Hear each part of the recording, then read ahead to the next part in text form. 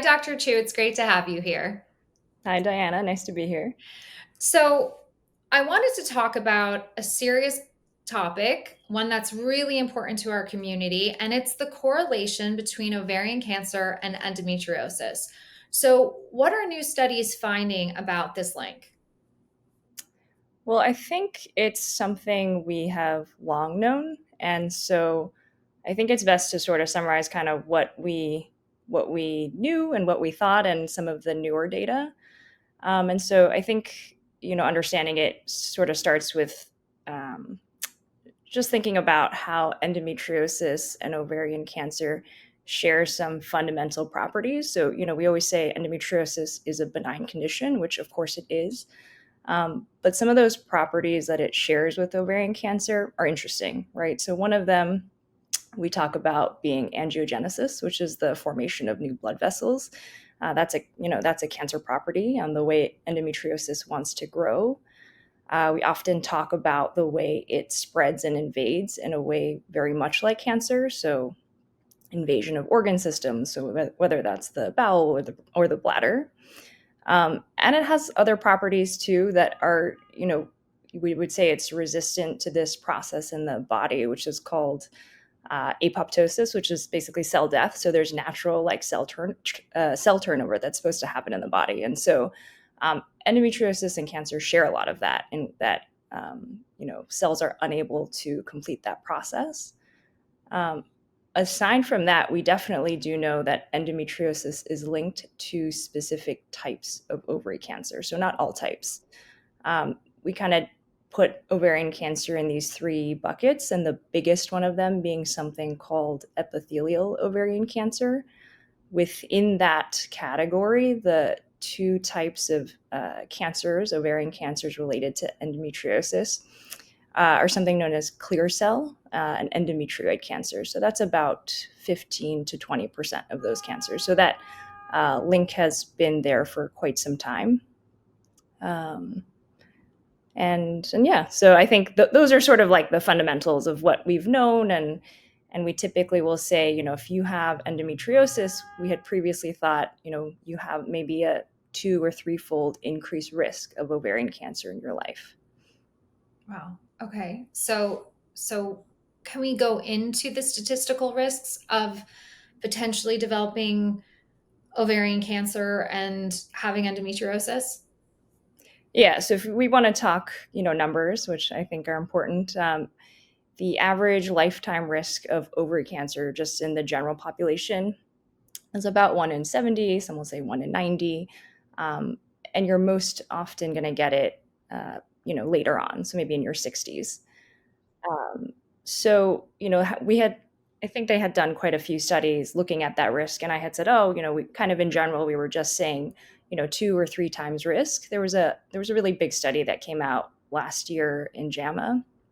Um, and that was one of the first studies, not the only one, but probably the largest one that really looked at endometriosis and divided it into different subtypes. And so I often tell patients that we really, when we talk about endometriosis and we treat endometriosis, we sort of treat everyone quite similarly. But in a similar way, where ovarian cancer is subdivided, we really should be, stratifying patients in different, risk with different risk profiles. So they took several categories, but sort of the most pertinent where they took peritoneal endometriosis patients. And so that's a word, if you're not familiar with, the peritoneum is sort of the lining that coats all of the internal organs, internal abdominal organs.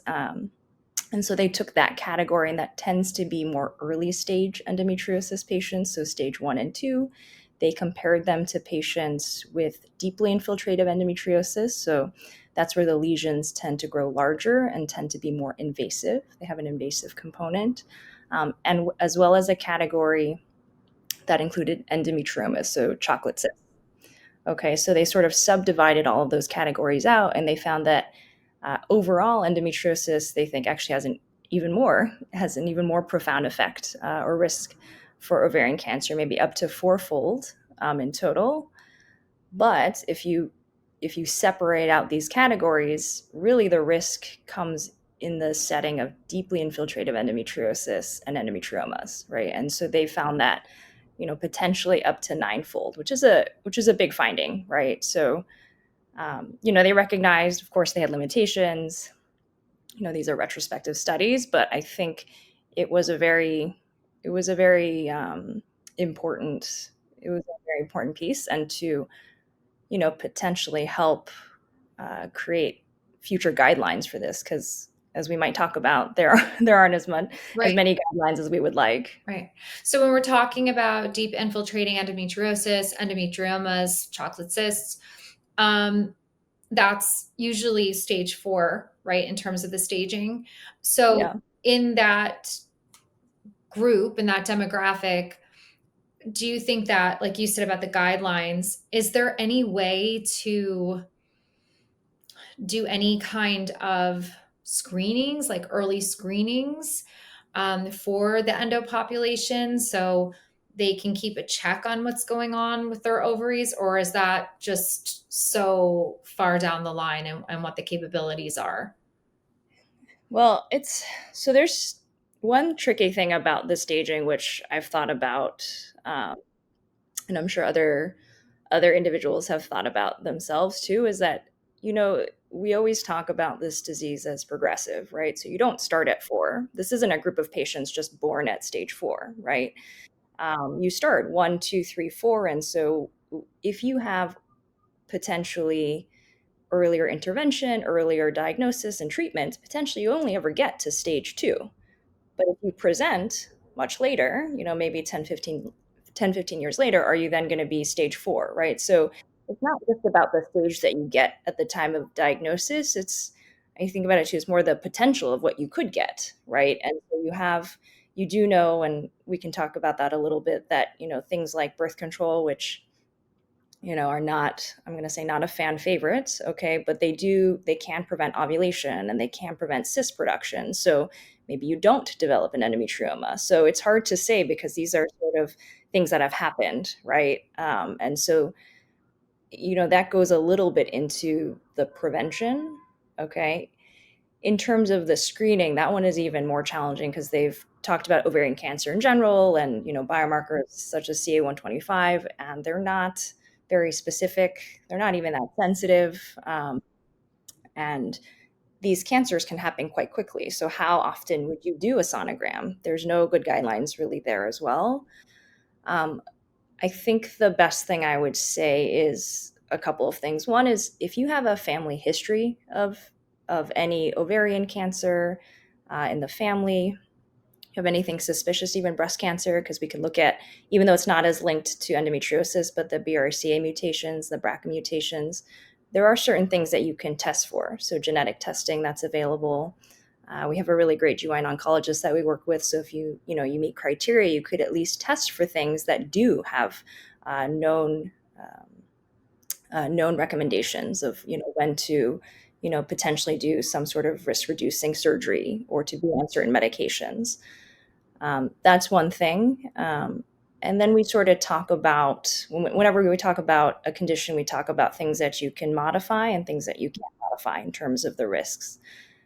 So we do know that you sort of think about the risk for ovary cancer as sort of the number of cycles of ovulation you have, in a way. And it's an interesting way to think about it, because we know that the age of menopause and the age of menarche, so the age you initiate menstruation and the age you end, directly impacts ovarian cancer risk.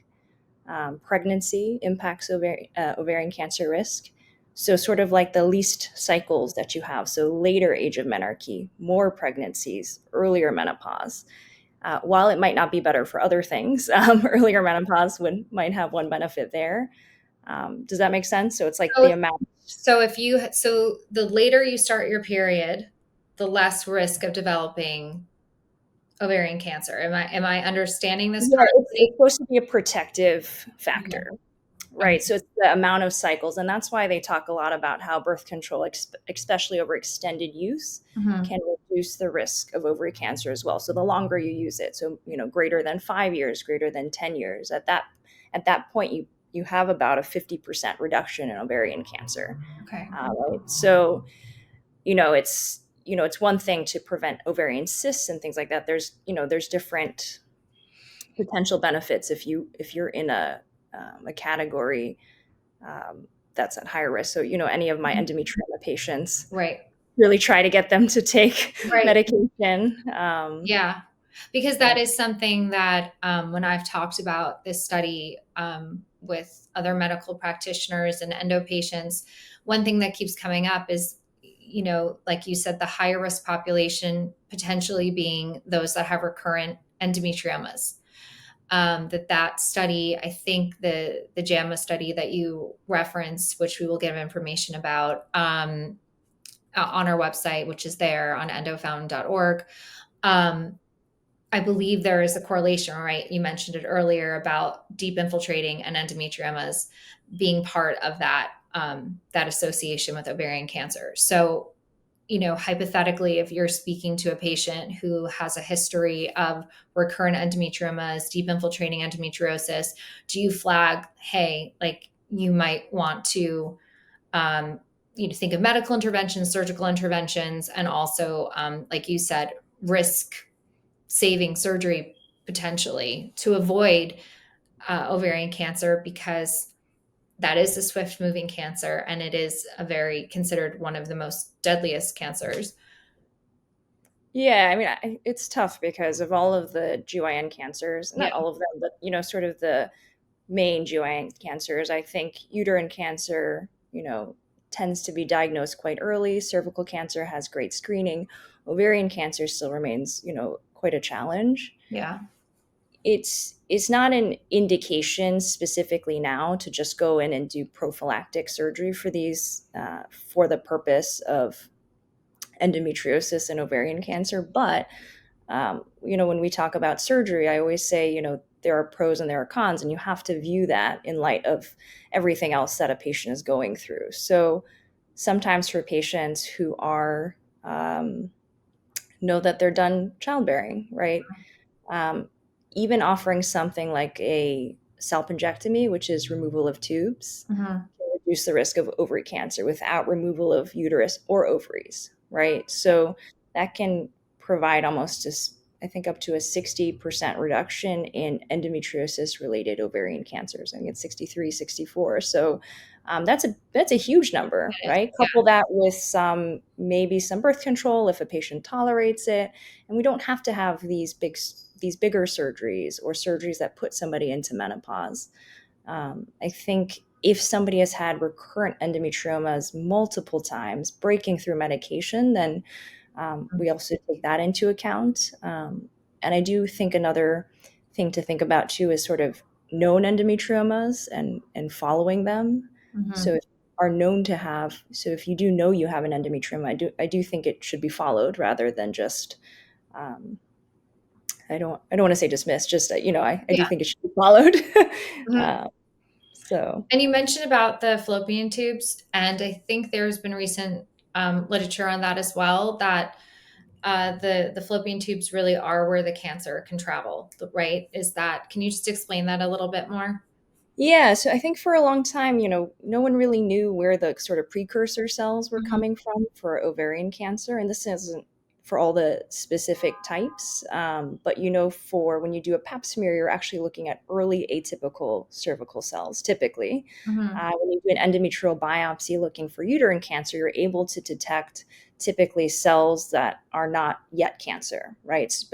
But for ovary, we were unable to find where are these early cells starting because it just goes from nothing to cancer.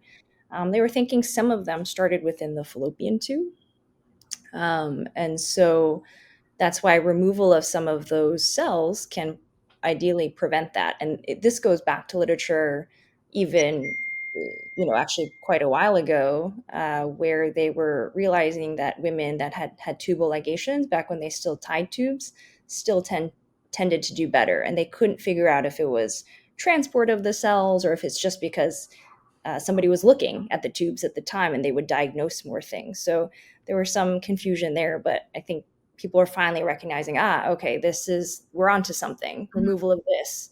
And now, traditionally with hysterectomy, removal of the uterus, we are taking it's sort of standard of care now that you'd be removing fallopian tubes, I think, for this reason. Yeah. No, that makes a lot of sense. And you just kind of mentioned about surgery. So excision surgery, does that reduce the risk of ovarian cancer, or is it only removing things like the fallopian tubes versus excising endometrial adhesions? Yeah, that I don't think we fully have answered that question. Mhm. You could imagine if there's any sort of malignant transformation, so meaning normal cells, benign cells that become something bad, and that were to happen within the peritoneum or, on top of certain organs that we're assessing, theoretically, you may reduce the risk. Again, I don't know that that's proven, but what I would say is that if you're having surgery and you're having, especially, excision-based surgery, we do diagnose um, very early ovarian cancer. So diagnosis is early. So if you're going to diagnose an ovarian cancer, but they're coming to you younger, Mhm. at an earlier stage, then their prognosis is much, much better, right? Yeah. Um, so that would be my theory there as to why it may be helpful, but Mhm. again, wouldn't be if you had asymptomatic endometriosis, it would be hard to say, we're going to do this for the purpose of cancer reduction. Yeah. Um, are there any scenarios where, and this again is all just like put in a hypothetical setting, are there any scenarios where you would think it might be best for an endo patient to remove the ovaries because they, have such a severe history of endo and, ovaries being affected with not only endometriomas, but also maybe hemorrhagic cysts or ovarian intermittent torsions or whatever it might be that was, continually kind of attacking, maybe that's not the right term, but like impacting the ovary. Yeah, I mean, absolutely. I think everything has to be weighed, right? So age is a huge thing we talk about. Taking ovaries out in a 20-something-year-old versus a 40-something-year-old are very, very different conversations. Um, their willingness or ability to take hormonal medications. We're assuming, women can, but some women cannot. Yeah. They can't take estrogen containing pills. They don't tolerate the few progesterone alternatives out there. Hmm. That can be a challenge as well. They may have, as well, history of, certain, like breast cancers and things like that, where hormonal medication may be more challenging. Yeah. So I would say sadly it's going to be individualized and what the patient is willing to tolerate, right, in terms of recurrence risk. Hmm. Um, uh, yeah, that's hard. I would tend to say on average, if you've had more than two endometrioma surgeries on the same ovary, uh, Hmm. I would sort of hazard a guess we're going to be coming back here again, Right. um, if we continue to do the same thing, Right. right? Yeah. Yeah. I mean, that's the thing about endometriosis that is incredibly frustrating for, I think, particularly for those that didn't have early intervention. They were in stage one, stage two. I had this conversation a lot amongst my endo friends. And, I'm stage four endo person, sadly, and I talk amongst like my stage four group, and we're just like, man, I know we keep talking about early intervention, but we're like way jumped the shark. So, where do we fall in for all of this? How are there preventative measures or ways to avoid recurrence, which is a different conversation than the link to ovarian cancer, but also part of the same because recurrence also could increase that risk. So is there really anything that can help someone who's stage four who has recurrent endo, hormonal suppressions, a really Yeah. good endo excision surgery? I don't know. Yeah, I mean, I think all of it, right? So, we haven't talked about it here, but incomplete surgeries, right? So if you Mhm. leave endometriosis, then, that again, leaving that to have any sort of problems. whether someone can take medications. It's just, I mean, it's not ideal, Yeah. right? Even in the setting of hormonal therapy, right? Hormone replacement therapy, I always say, like, we always have to weigh also a patient's quality of life and their other symptoms. We're so nervous about endometriosis, which is scary, but if somebody's not sleeping and they're soaking through all their sheets and they don't have enough estrogen, I know, estrogen is the villain here, but it does provide a lot of very good things for the body, as much as Right. we hate to say it, right? We know that from women that undergo early surgical menopause or premature ovarian insufficiency, like, you need that, and it really impacts long-term mortality. So Hmm. we're always sort of stuck here saying that we need to do the best we can with what we're given. I really think, actually, if we're talking about cancer and sort of the future, and a lot of cancer treatments are, not to say they're shifting away from surgery, but in a way they are, right? I think a lot of endometriosis care rests so heavily on surgeons, which, to a degree, I mean, obviously we play an important role in this, but at some point I think we're hopefully gonna get it together and get the right medical management for this. That's not just hormonal. That's targeted towards individuals. That more, a little bit more individualized towards, any sort of autoimmune issues that we can fix. That's trying to treat it from the ground up. Yeah. um, we're sort of we're sort of there dealing with the inflammation after it's happened. How do we treat it before it's happened? Even then, Yeah. No, yeah, you guys are like the team that goes in with the bomb that's exploded and has to, get rid of the aftermath of it. that's a good Halloween costume. I'm gonna think about that.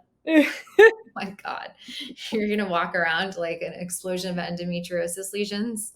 Yeah, exactly. So You people can. would ask you about your endo. I mean, it would be a good conversation starter, Dr. Chu. It would be weird, but you know what? Weird works. Sometimes Weird, I know. You're weird is right. what you need. Um, well, I appreciate the conversation. It's really important for the endo community to know about this risk, to pay attention, to have open conversations with their medical providers, and just flag it so that you can figure out what could be a good method of just staying on top of things and potentially having future screenings so that you don't worry about this. The science is there, and it's great to have that knowledge. Right. I think exactly. We just continue to think about this and recognize that it could impact us. And I think that it's just going back to that endometriosis care is multidisciplinary, right? You Mhm. may need your GYN oncologist. You may need to phone a friend here, and and that's it. Yeah. You Well, said it well. thank you. You said it all well. I definitely could not get into the nitty gritty of all of the medical information behind this. So you're such an asset, and thank you for all that you do for the endometriosis community and the patients, so that they can lead a better quality of life, and for many of them, save their lives and get their lives back. Thanks, Anna. Thanks for your time. Welcome. Thank you.